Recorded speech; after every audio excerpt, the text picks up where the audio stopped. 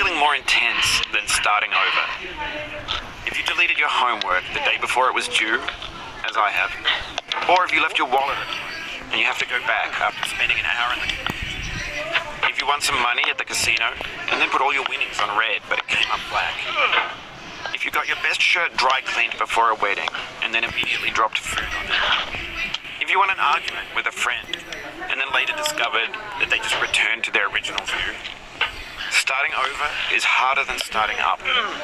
If you're not ready for that, like if you've already had a bad day, then what you're about to go through might be too much. Feel free to go away and come back. I'll be here. Alright, thanks for coming with me on this trip. I'll understand if you have to take a break at any point. Just find a safe place to stop and quit the game.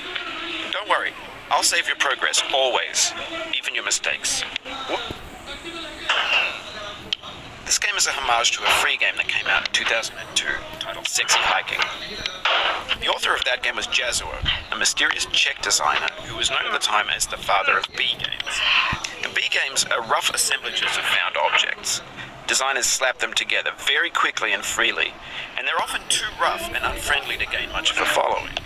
They're built more for the joy of building them than as polished products. In a certain way, Sexy Hiking is the perfect embodiment of a B game. It's built almost entirely out of found and recycled parts, and it's one of the most unusual and unfriendly games of its time. In it, your task is simply to drag yourself up a mountain with a hammer. And that act of climbing, in the digital world or in real life, has certain essential properties that give the game its flavor. No amount of forward progress is guaranteed.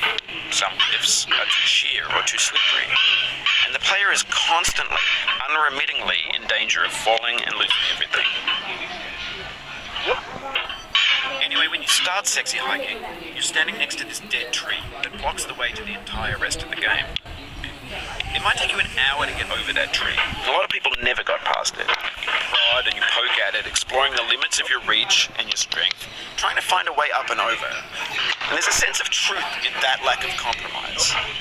Most obstacles in video game worlds are fake. You can be completely confident in your ability to get through them once you have the correct method or the correct equipment or just by spending enough time. In that sense, every pixelated obstacle in Sexy Hiking is real.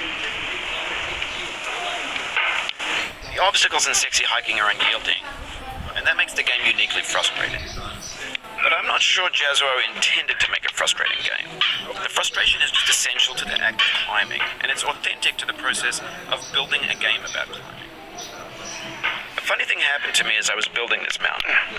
I'd have an idea for a new obstacle, and I'd build it, test it, and it would usually turn out to be unreasonably hard. But I couldn't bring myself to make it easier. It already felt like my inability to get past the new obstacle was my fault, as a player rather than as a builder. Imaginary mountains build themselves from our efforts to climb them, and it's our repeated attempts to reach the summit that turns those mountains into something real.